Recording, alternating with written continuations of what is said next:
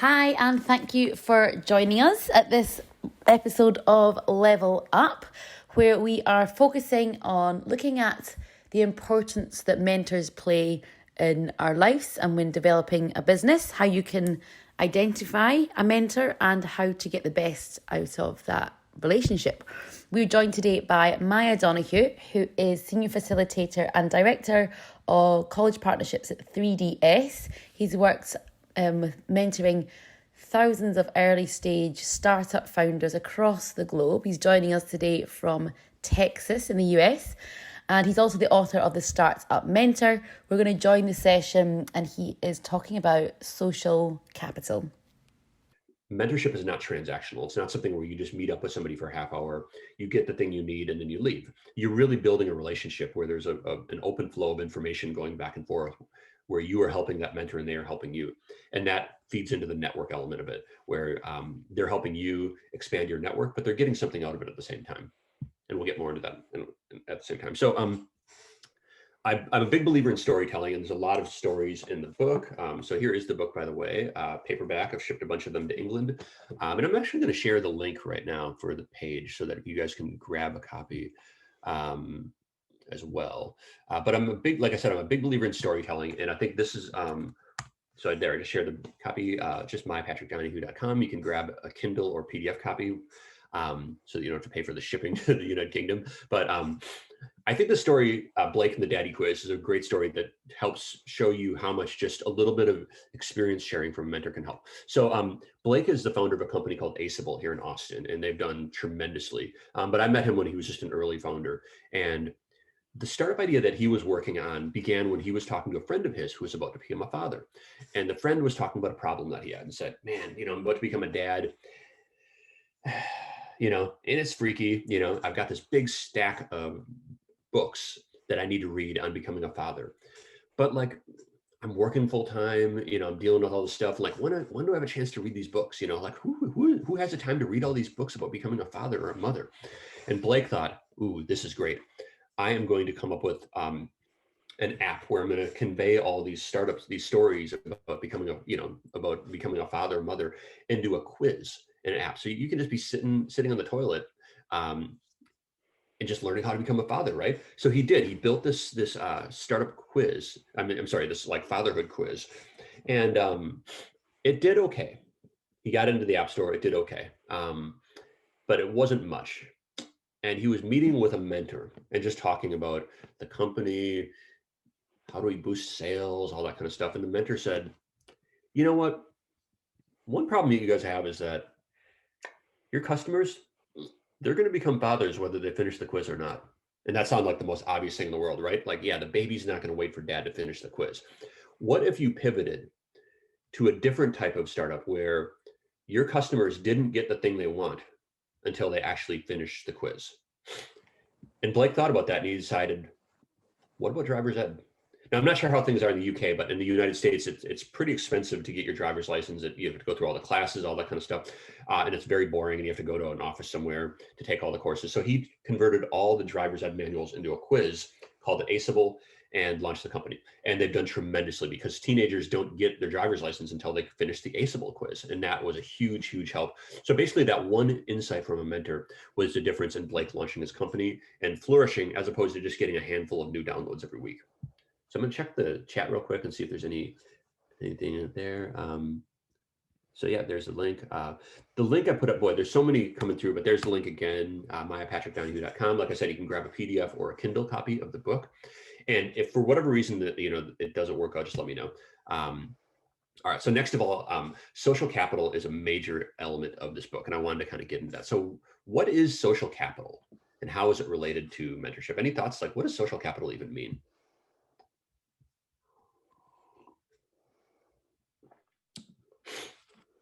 Anybody? What does social capital mean?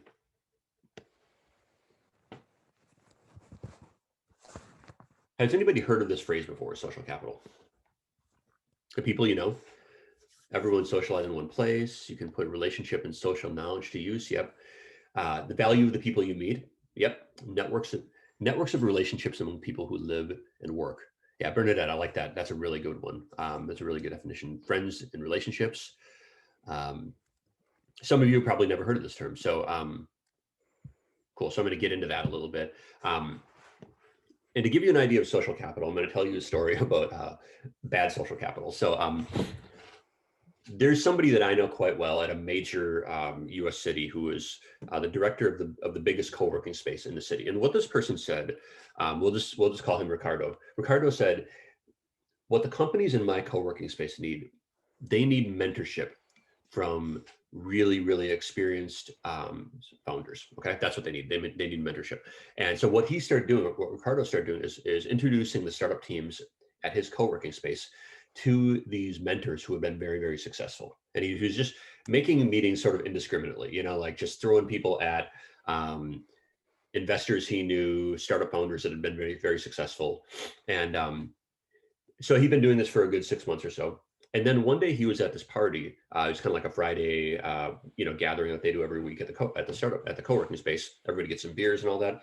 And he runs into one of the top level sort of mentors, investors, founders. I'll just tell you that this guy launched a company where he's worth about 72 million today. So really, really big company in the city. And Ricardo was talking to this investor, and he said, "Hey, I've got this team at our space I want you to meet. So I'm going to go ahead and make an introduction, and you can grab coffee with them or something. Just assuming it's a done deal, right?" And this angel investor just kind of puts the brakes on and be like, "Yeah, man, I don't know. I think I'm going to pass." And Ricardo, he's kind of taken aback. He's like, "Really? Is something wrong?" And the angel investor says, "You know what? You keep introducing me to these teams, and these guys just aren't ready. They don't know what they're doing yet. They don't come prepared. They don't really respect my time. The last guy you introduced me to, I walked over to his table in the morning and I said, 'Hey man, you ready?' And he looked up at me and said, 'Ready for what?' And I said, 'You booked a meeting with me right now.' And he just completely forgotten about it. So he said, 'Look, this hasn't been a good use of my time. So I think I'm going to pass.' So this story really illustrates social capital in the sense that the director in this case was sort of lending some of his social capital by making introductions. And in this case, the startup founders weren't doing their part on the social capital by the fact that they weren't being prepared, they weren't being courteous, and all that kind of stuff. So it reflected really badly on the director. The thing is, this wasn't the director's fault. The startup founders could have done a lot just by coming in prepared, knowing what they're looking for, taking a sort of a give first mentality of trying to, see how they could help this investor as well. But they didn't do those things. So it really burned the director's social capital. So I define social capital as your network plus your reputation is your social capital. So you can have a big network, but if people know you as somebody who, is lazy, untrustworthy, something like that, that word gets out and people know to kind of avoid you.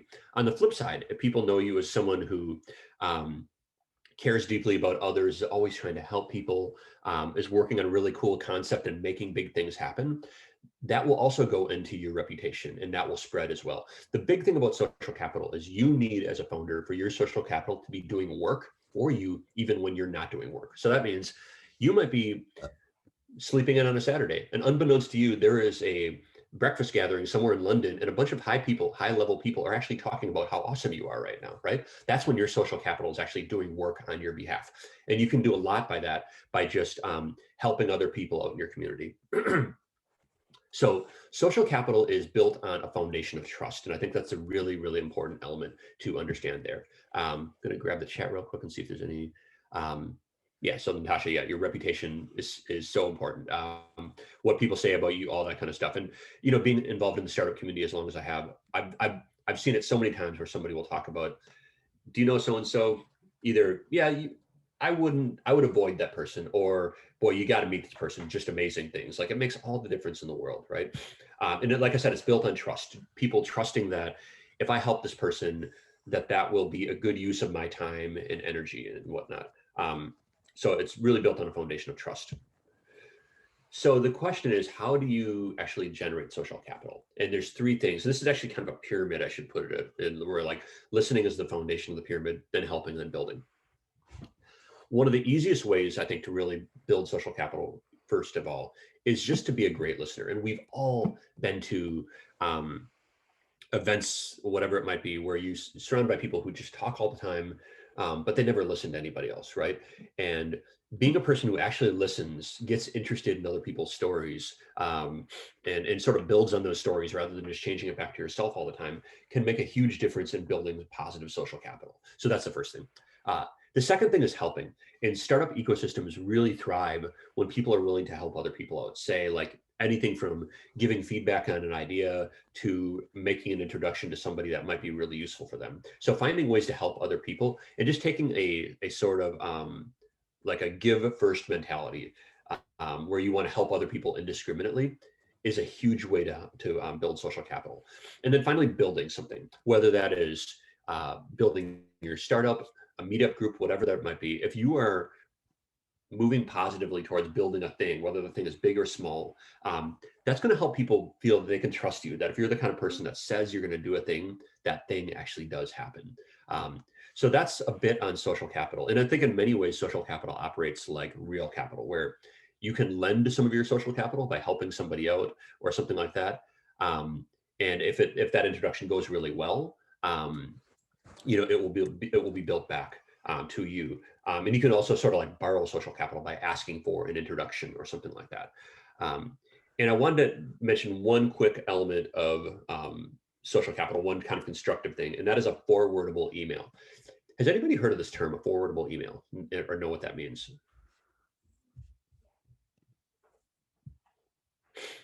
I think I just heard my 3-year-old getting up, so we might see a little head pop through the door at any moment now. Okay, so a forwardable email, and again, so when I talked about helping people, one of the big things that happens in the startup community is introductions.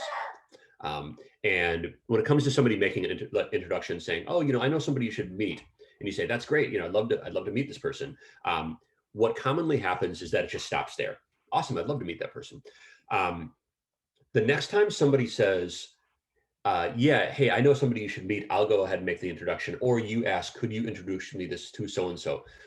The worst thing you can do is just leave it there. What you need to do is write a forwardable email. So when somebody says, yeah, I'd love to introduce you, what you say is, awesome. You know what I'm going to do? I'm going to write you a forwardable email. And what that is you basically say, you write that person an email, say, hey, so-and-so, thank you so much for offering to introduce me to Natasha at London Met. Really excited to meet her. And then you tell a little bit about yourself. Like, my company is doing ABC. And this is why I'm really excited to meet Natasha or whoever this person is. So then I think Natasha was the connector. So Natasha then sends that email and says, hey, so-and-so, I'd really like you to meet so-and-so who's a student at London Met. See their email below. So what you do, and then that person just forwards that email on to the person you want to meet. Okay. That sort of facilitates the actual meeting that's going to take place. A couple things here. First of all, if you write the forwardable email, you almost guarantee that this introduction takes place. If you just leave it at, oh, cool, that'd be great, thank you, I would say the chance of the meeting happening is like in the 5 to 10% range. If you send the forwardable email that says, hey, so-and-so, thank you for making the introduction, et cetera, et cetera. And yes, I think the recording will be made available, Linda. Here's about my company. I would say the chance of that going forward is about 90%, where they're going to forward that to the next person and make that introduction actually happen. The other thing is that with a forwardable email is that you get to represent what you do faithfully. What happens all the time is if you don't do that, somebody is making a connection for you, but they're not maybe doing it the way you want. A really common thing is they mispronounce your name, they spell your company wrong, they get the totally wrong market that you're working on or something like that. So when you write the forwardable email, you can actually do all that stuff in your voice rather than it getting kind of muddled up in translation a little bit. So again, the next time somebody says, hey, I'd like to, I'll make an introduction for you, you say, great, I'm going to write a forwardable email for you. Okay. Any questions on that at all? Just checking the chat real quick. Cool. Okay. Awesome. And by the way, you can just look up forwardable email and you'll find a lot of examples of it and whatnot. And there's an example in my book as well of a forwardable email. So you can kind of see what that chain looks like. All right. So next of all, a big question I get is, where do you find mentors and advisors? Any thoughts on this? Like, where would you find a mentor?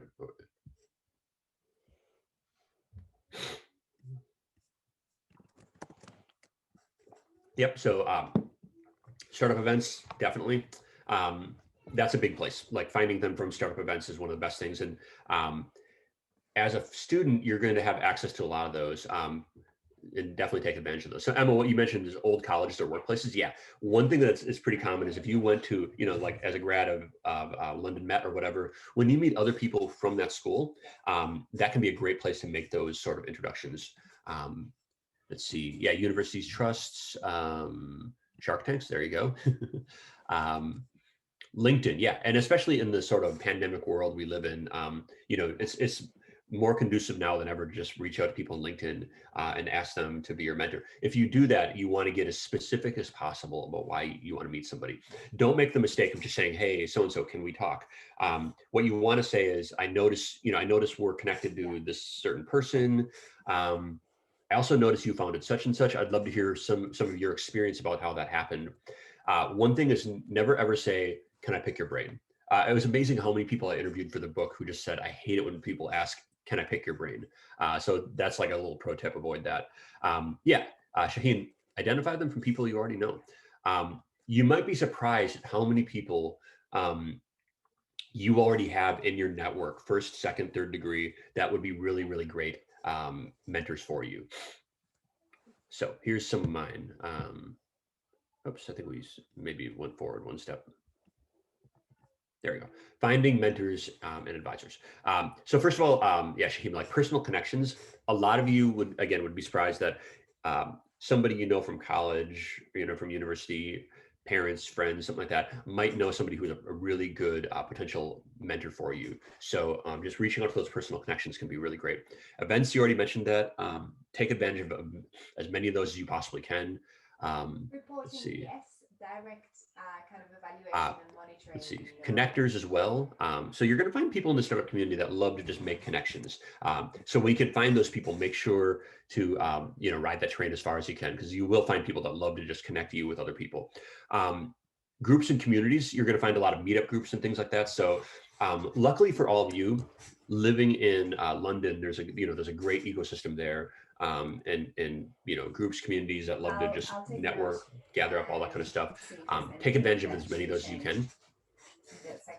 Sometimes try to build your own community. If you find that there is a certain area where you could start like a monthly meetup that you don't feel like is being done in London right now. Areas of it that we should include. And somebody needs to mute their microphone because I can hear something going on. Yeah, Simon, I think you need to mute yourself. Sorry. Rely on there you go. Thanks, Simon. Sorry, Maya. No problem at all, man. So I met Simon back at a 3-day startup we were doing at HomeAway back in 2015. So he was hanging out with us back then. So yeah, building your own community can be really great. And an example of that is in Austin, we had a person who just started doing a meetup group for Houston transplants in Austin. So it was like a monthly meetup group. And when he initially told the story, he talked about like the first 2 meetup groups he had, like 2 people showed up, which was really disheartening. But now the meetup group has hundreds of people show up every morning. Obviously that was pre-pandemic, but it'll pick up again when that's able to happen again. And then customers, this is something I didn't know before I wrote the book, but a lot of people talked about how just reaching out to their own customers once they had customers, that those people could often be great mentors. And as customers of the company, they often had a very different perspective than the founders themselves, where they sort of knew the product from the customer standpoint rather than the founder standpoint. And that was really interesting. Let's see, Amelia said, my son's school too, I was carrying a model and an architect talked to me and we became friends. Yeah, that serendipitous stuff can be great. So I think that sounds really good. And that's the thing that I love about things like co-working spaces. Oftentimes you can have those kind of connections happen organically, so to speak. So next of all, I want to talk about just because you find a mentor, somebody who could mentor you, doesn't mean they are the right person. So choosing the right mentor can be really, really important as well. And here's 4 things that go into that. First of all is your relevance in your industry. That can be anything from went to the same university, we're from the same place, whatever that might be. So for instance, like, if you're a student from, let's say like Azerbaijan, I've got a friend up in Scotland from Azerbaijan. If somebody comes to University of Edinburgh and is from Azerbaijan, if that person reaches out to my friend Kaveh, that kind of relationship they have, both being from that home community, is a really, really powerful thing as far as kind of bringing that person on as a mentor. They're going to feel that bond, and that's a very important thing. So if you're in London, but you're from someplace else, finding other mentors who are established, but they're from your home city or country can really create a powerful bond. Then industry as well. So, if you're doing a startup that is like involving like the dating industry or maritime or something like that, find somebody who with experience in the same area, because that relevance can be very important as well. Next of all, chemistry is really important. Sorry, my coffee's getting cold, so I want to drink up some of that.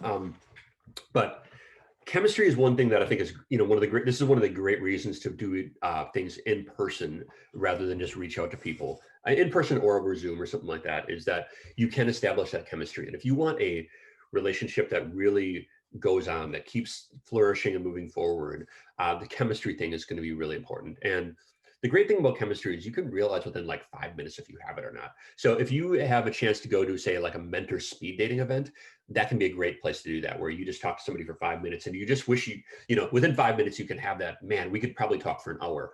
And that's a great thing to say, follow up with somebody later on. Hard truths, somebody alluded to this a little bit earlier when I asked, what do mentors do?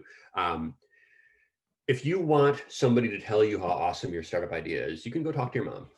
But if you need somebody that's going to tell you hard truths, to tell you like, I don't think this revenue model is going to work, or I don't think that competitive advantage is going to really set you apart, mentors can do that. So finding somebody who can deliver those hard truths is really important.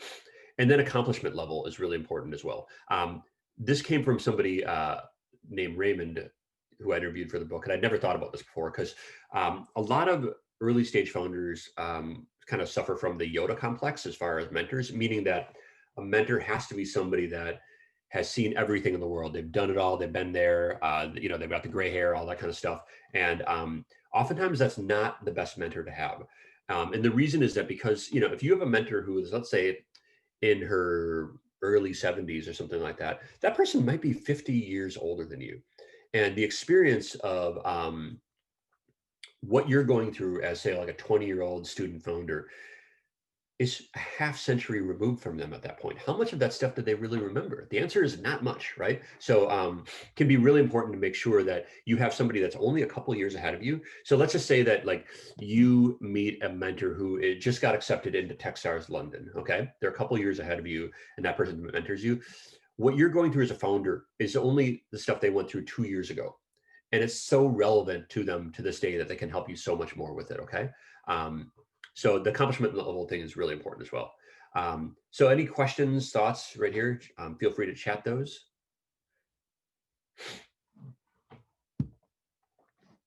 Cool. So we're going to get into some of the really actionable things about mentorship right now, and preparation is a big one.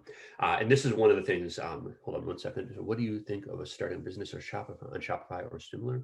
Any advice that you could give me? I don't know that I would get into that right now, because I think that sounds more like just general advice, and we can certainly talk about that to me later. But I want to kind of keep this more on the meta level about mentorship rather than getting into specific advice. My friend usually gives me tips about business because he has a bit experience. Yeah, there you go. So that can be really good as well. Let's see, and Tim, happy to connect with you later on to talk about that. So I think preparation is one of the things that I really wanted to address when it comes to a mentor. And this is because most people don't do any preparation whatsoever when they meet with a mentor. They just show up, sometimes late, sometimes early, and just, shoot the breeze, so to speak. First of all, set an agenda. That's the biggest thing of all. Set an agenda ahead of time. What an agenda means basically is thinking through why you actually want to talk to this mentor. What do you want to get out of this? Are you looking for a little bit of general advice, introductions, whatever that might be? Spend a few minutes thinking, why do I actually want to meet with this person? And then set that agenda. Not only that, but share it ahead of time. It can be one item. I want to talk to you about such and such, or 3 or 4. But share it with that person ahead of time so they kind of know what they're getting into. And also, it gives them the opportunity to say, oh, you want to talk about such and such. You know what? I might not be the right person to talk to, but I can introduce you to somebody who knows a lot more about that. That's happened to me several times, and that can save you some sort of painfully awkward interactions later on in that meeting. Second one, be on time. Super easy, but a lot of people screw this up. Third of all, watch the clock. Mentor's time is very valuable, and you want to make sure that you are respectful of that time. So if somebody gives you a half hour, Don't be the person who drags that to a 48-minute meeting, just over an hour, things like that. Okay. So watch the clock, watch how much time you have. And one sort of pro tip on that is if you are kind of watching the clock literally, what I like to do is sort of tell them why you're doing that, right? So if you're sitting there in a meeting, somebody's talking, you look at your watch, that can give the symbol that like you're bored, you're wondering how much longer do I have to do this or something like that. What I like to do if you're checking your time is phrase it from a standpoint of respecting your mentor's time, right? So if you're sitting there and saying, okay, cool. So the next thing I want to talk to you about, and you look at your watch and say, sorry, I'm just checking. I know it's, I know you only have until 8 o'clock, so I just want to check where we're at with time. If you say that, you're checking your clock, but you're phrasing it from the standpoint of respecting your mentor's time rather than looking like I'm bored or something like that, right? So just saying like, hey, I'm just going to check the clock. I notice we've only got 8 minutes left and I've got a bunch of stuff I need to talk about. That can be a really helpful way to convey what you're doing. Take notes. I definitely notice when somebody's taking notes, and that really gives the impression that the stuff we're talking about is actually going to be remembered and acted on later. So that can be really important to take notes. And then a final minute run through. I love ending a meeting with when a mentee says, hey, this has been fantastic. And then just kind of says, you know, like, you know, I think it's really interesting. You mentioned the ABC. We're going to check that out. And then you also mentioned that we should read that Harvard Business Review article on, you know, what motivates users in the such and such era. And I'm really excited to read that. So that kind of gives the impression that I, as a mentee, have actually been paying attention to what you say, and stuff is going to happen out of this. Okay. So I think that's really important. The other preparation is follow through. And, you know, there are a lot of motivators for writing the book, but one of them is almost no mentees actually follow through with a meeting. It's amazing how many people don't even send an email saying, you know, hey, thanks for your time, right? It's so easy, but people won't do it. So when it comes to a really poor follow through is no email, anything like that. Your mentor never hears from you again, right? Not so great. You can do average work just by sending a generic email that says, hey, Simon, thank you so much for your time. It was really great. I really appreciate it. That was awesome. You know, hope to see you around, something like that. You can go superstar level by detailing the impact that that person actually makes. Okay. So let's just say that that person says, you meet with somebody to talk about your prototype, and somebody says, you know, I think the problem with your prototype is you're focused way too much on this element of the experience, yet you talk about how this thing is the thing that matters. So maybe remove some of these features that are just kind of distracting and try to slim the whole thing down and see where that goes from there. And then you send an email 2 months later, say, hey, mentor so-and-so, I just wanted to let you know that we took your advice and we removed all those burdensome features, and holy underwear, it's been amazing. Holy underwear, I feel like I've said that in a long time. Our users immediately, like, the engagement level just went through the roof, like, and we're just blown away. So you were right. You know, these features were really bogging down our prototype, and it's made a huge impact. Somebody, a mentor getting that email, that will make their day. That might even make their week, right? And it's going to make them so much more likely to help you in the future if they get that kind of email from you. It doesn't just have to be good news as well. You can just as easily send an email that says, hey, so-and-so mentor, we tried the thing you mentioned and it didn't quite work out, and here's what we learned from that, right? You're still letting them know that the things that they talk to you about are going somewhere, that it's just not being lost somewhere in the fog. And that can be really important as well. All right, when making your ask, and a lot of times when somebody does meet with a mentor, they do have an ask. They want to get something out of that meeting, right? Consider your mentor's time and their social capital. Okay, so again, social capital is, you know, their reputation, you know, their network, all that kind of stuff, and then their time, how much time it's going to take. Okay, so the reason I bring this up is that introductions really matter. And so I want to give you an example of that, a story. And this is, I mentioned Raymond, who kind of gave me the insight on finding a mentor who's a few years ahead of you. So I met Raymond, and he founded a company called Ibble. You can check them out, IBBLE. And I was actually on this walking treadmill at my job at Capital Factory. And Raymond walks up and we just start talking a little bit, this and that. And he says, hey, do you know any venture capitalists? We're trying to raise a really big round of funding. And I'm on my walking treadmill, and I said, yeah, you know what? I do know somebody, a mentor of mine named Jeff. and I will go ahead and introduce you. So I made the introduction between Raymond and Jeff. And then about a month and a half later, I was getting lunch with Jeff, my mentor, and we're just having some Indian food. And then I say, oh, you know what? I forgot. I introduced you to Raymond. Did you guys ever connect? And Jeff smiles and he says, yeah, we met and I actually joined his company. So I thought that was a really cool story about, you know, like the social capital element of this, of you know, the kind of like mentorship and whatnot. And what was cool about this is that Jeff was one of my mentors a long time ago when it seemed inconceivable that I'd ever be able to do anything to help him out. And here I just made an introduction where he had joined a company. So he's an advisor on IBL right now, which is really cool. Another cool thing about this is, even though this is me helping somebody out, if you do this often enough, it's going to come back to you. And these people, Jeff and Raymond, if I ever need a favor from them, they're going to be so willing to do that because I made this great introduction between them. Okay. So that's an introduction that just gives you an idea of sort of social capital and where that goes. But I want to get back to the ask a little bit.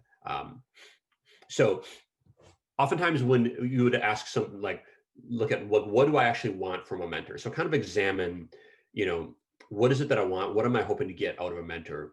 And oftentimes I brought up the story because oftentimes that is an introduction where you say, you know, are you willing to, you know, could you introduce me to so-and-so or something like that, like the story I just mentioned. And then how challenging is that for the mentor to actually do, right? So I want to kind of give some examples of that. I kind of look at it as if it takes up time or social capital, that kind of informs how difficult that is, okay? So critique my business model. Does this take time or social capital from a mentor? And when I mean time, I mean outside of like a coffee break. What do you guys think? How challenging is this to sort of just meet with a mentor and say, this is our business model, what do you think? Easy, medium, hard, what do you guys think of that?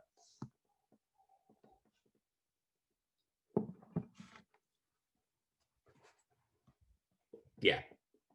So Emily, Max, definitely quite easy, right? You're absolutely right.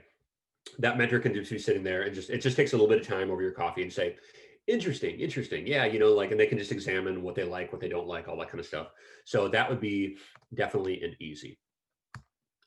So next up, review my accelerator application. Let's say like you want to get into Techstars London, right? And very, very, you know, prestigious accelerator, difficult to get into. Is this an easy or hard to review that application? What do you guys think? Yeah, it's definitely a little harder, right? That mentor of yours is going to have to go through your answers, things like that. Yeah, like Emily, like you said, it's a little time consuming. And I've done this before where like, yeah, I'd love to do that. Share a Google Doc with all your answers. And, you know, after dinner, I, you know, make myself a tea and I just go through and I make comments and all that kind of stuff. And it can take a couple hours of my time. So like you said, a medium, because that is time consuming. It takes up a little bit of my time, but it doesn't require any of my social capital, right? So that's fine. I'm not putting my name or my neck out there to help somebody where that could come off either good or bad on my part. Finally, introduce me to angel investors. What do you guys think of this one? Easy, medium, hard? Yeah, Sheila, definitely a hard. If I make an introduction to an angel investor and somebody says, why did you introduce me to this person? This person was not ready, right? Not exactly a good look on my part. Yeah, they have to believe in it, exactly. So I have to really think through, are you ready to meet angel investors yet? Or, you know, are you investor ready? You have to kind of go through that stuff. Who do I know that might be a good fit for you? All that kind of stuff. That takes time, kind of like mental energy to think through that. And then it has to be the right introduction. What you want to do when you're making that introduction is, yeah, like Emily, like you said, you don't want that to make a person look bad. And if you make an introduction and that investor says, why did you introduce me to this person? That can reflect badly on the person making the connection. So I have to make sure that that doesn't happen. So that's a hard one. So intuition is a major element of the book. And this is something that comes up a lot with you as an early founder. So first of all, what is intuition? Anybody? Any thoughts on like, what does that mean, intuition?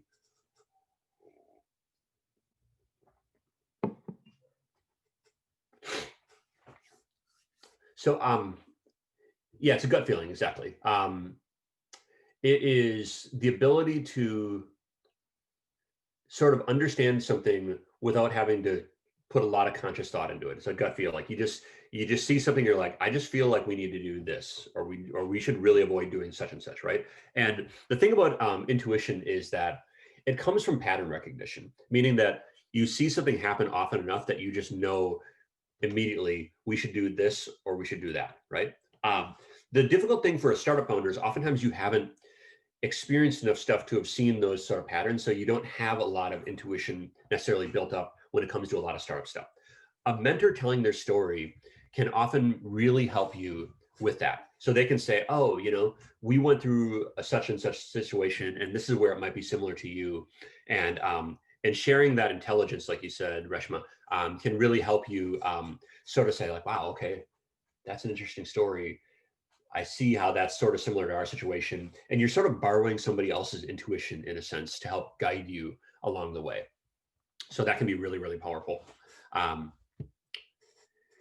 The flip side of that, and this is something that came up a lot in the book when I talk to people, is that you also have to know when to trust your own sort of gut feel and know when to go against a mentor's intuition. So knowing when to trust your gut is a really hard thing. And there's a couple different things that I think go into this. Number one, and it's looking at things that can sort of like mess with your intuition or your gut feel, because we've all had that, right? You all know what it's like to sort of make a decision and then feel like, man, I knew intuitively that I shouldn't have done that, but I did it anyways, right?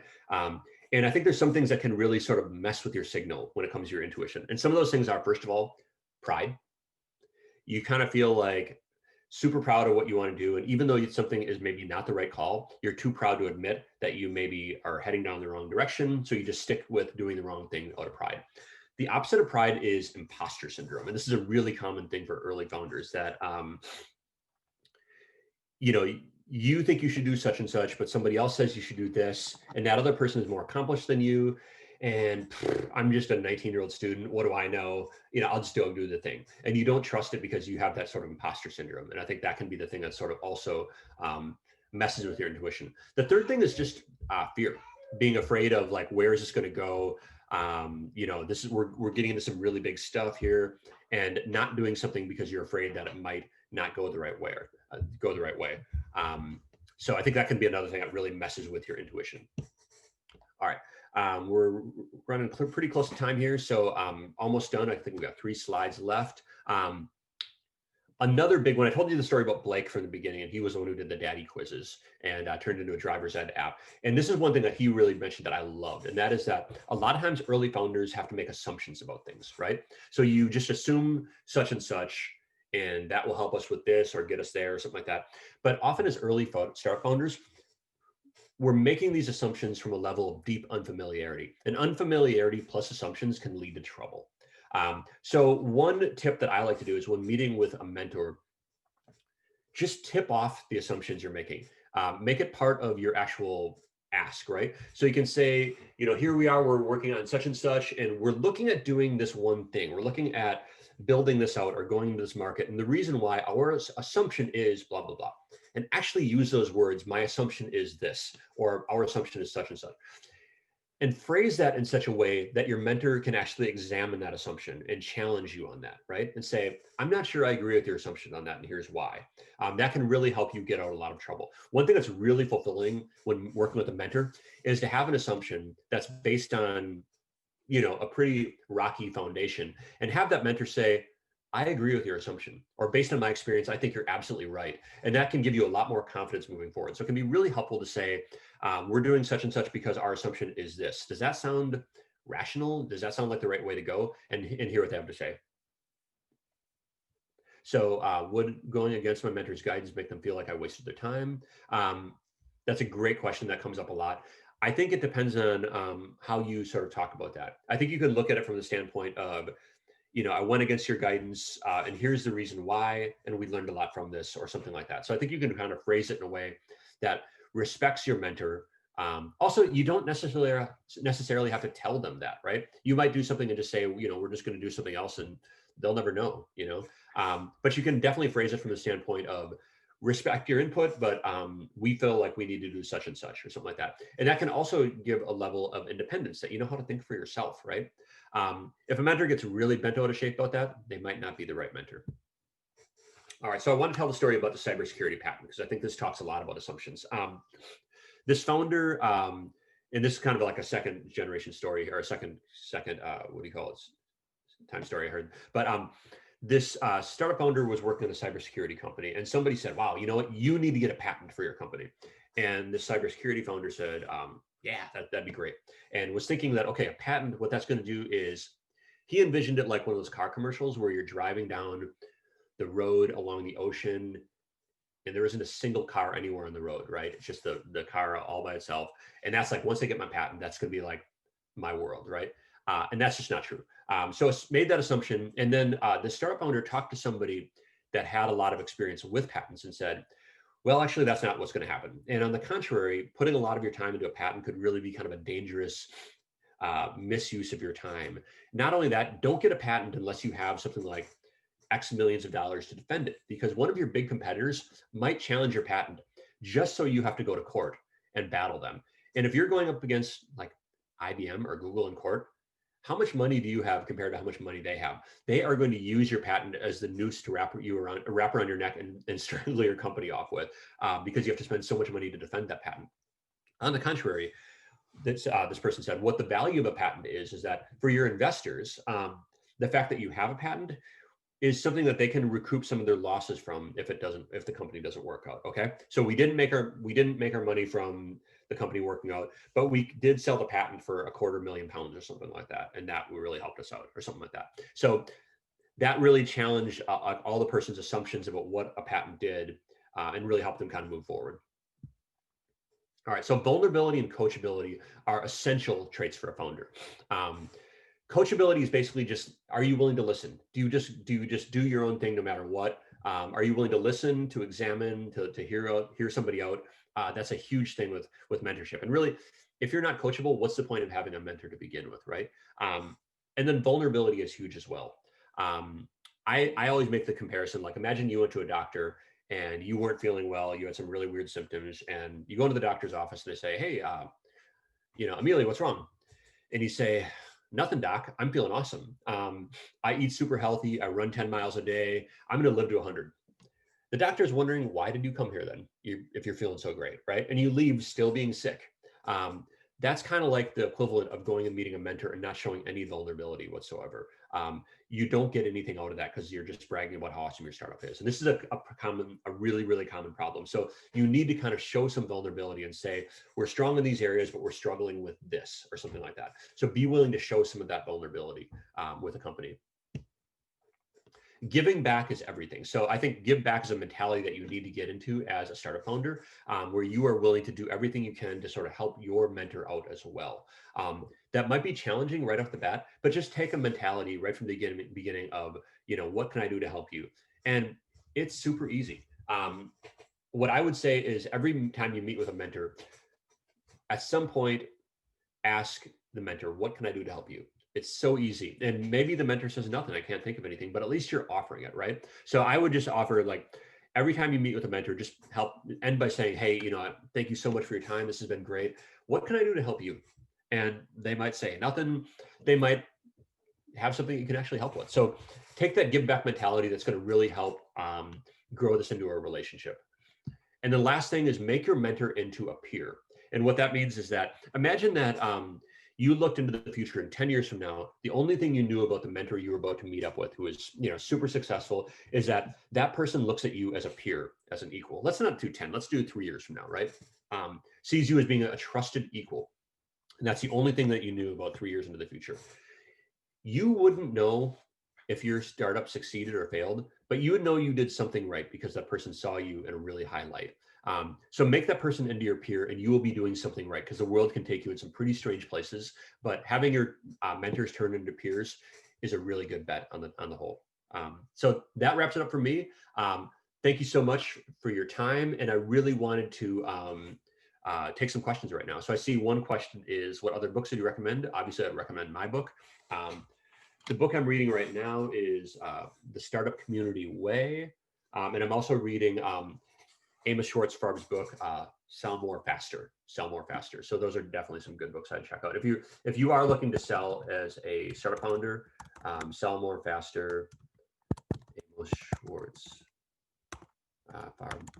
That's a good one. Cool.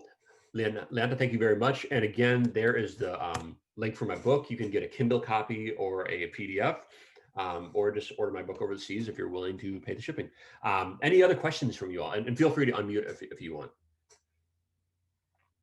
I know a lot of you have to get to class. Oh, and also follow me on Twitter at Maia Donahue.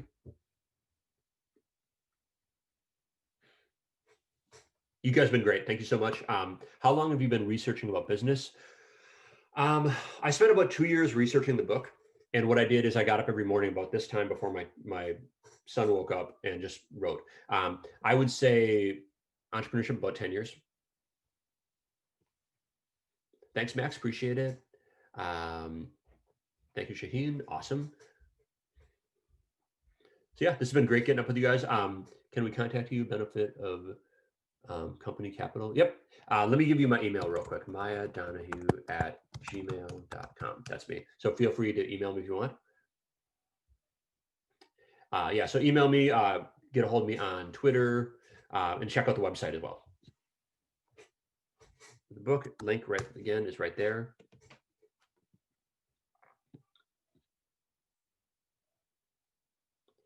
We can't see what you put in the chat. Interesting. Max, look at you. Is there anything I can do for you? Yeah, next time I come to London, you can grab coffee or tea with me. Hopefully, I'll be coming there soon. I was actually supposed to come to London in April of last year, but of course, something happened that made everybody's flight get canceled. So I'm hoping to come again soon. Let's see. There. Thanks a lot, Simon. Appreciate that. Yeah, so Simon put that out there. I think Natasha. I think Natasha could also share the book link as well. So you can get a hold of that there. I sent that in an email afterwards. We can get that all that shared as well. Thank you so much, Maia. That has been really insightful, and I'm sure that you will all agree. So interesting. And I think from the beginning of the session, you said something about which really stuck with me, like how other people see you. And I think it's something that we don't really reflect on that a lot, but it's so important. And I hope that you guys have really understood more about the relationship that we can have with mentors and why it is so important. Are there any last questions right now? I did see that somebody had their hand up. Who have Instagram? Yeah, Instagram is at Maia Donahue. If you could put that out again at Maia Donahue. And that's Instagram. If Simon and Natasha want to put that out there at Maia Donahue, that's Instagram and Twitter. So if you want to grab me on either of those. And then my email, if you want to reach out, that is maiadonahue at gmail.com.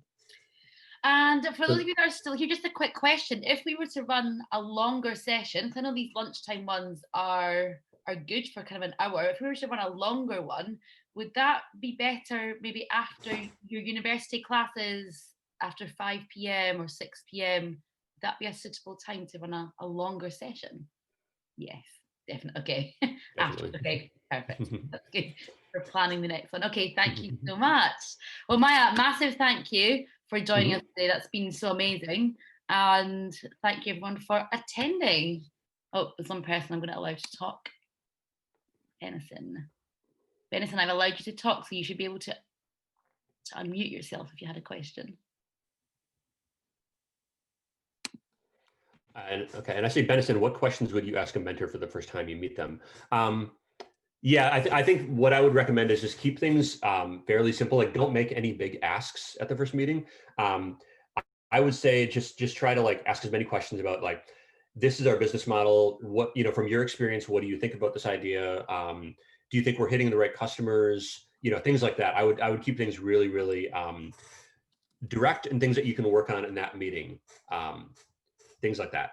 And really ask, ask from their experience. I love asking questions like, in your experience, what do you think of such and such? Or, maybe even asking like, if you were a customer, is this something that would interest you, or something like that? I think those can be really useful questions. So keep things confined to what you can work on in a first meeting, and then try to build on from there. And I think like, again, the idea with coming out of it is you want to take a mentality of, I want to help you the next time, whatever I can do to help you. And one of the people I interviewed for the book said that one thing that she loves as far as a give back mentality is she's in her 60s, and she loves meeting with students because they keep her grounded in what's happening today. like what technologies are young people thinking? How do they view the world? So she says, like when I mentor people, they're giving back just by sharing that kind of stuff. But again, take that give back mentality and try to keep those, just keep those meetings coming that are really gratifying for both of you. And actually, you get a question about the workshop, I think. Yeah. Oh yeah, I can just answer you actually. I don't know why I'm saying. I thought I was on mute again. Yeah. The workshop is more on how you find a good idea. So not the Christmas market. Got it. Is there anything else at all? Any other questions? I think so. Well, thank you so much, everybody, and look forward to seeing you hopefully at the next one. Yeah? Yeah. Okay, thank you. I'm going to end this now. Have a good afternoon, everybody. Yep. Yeah, enjoy your day, Maia. And thank you for Likewise. Yep, take care, everybody. Yep, goodbye. Bye.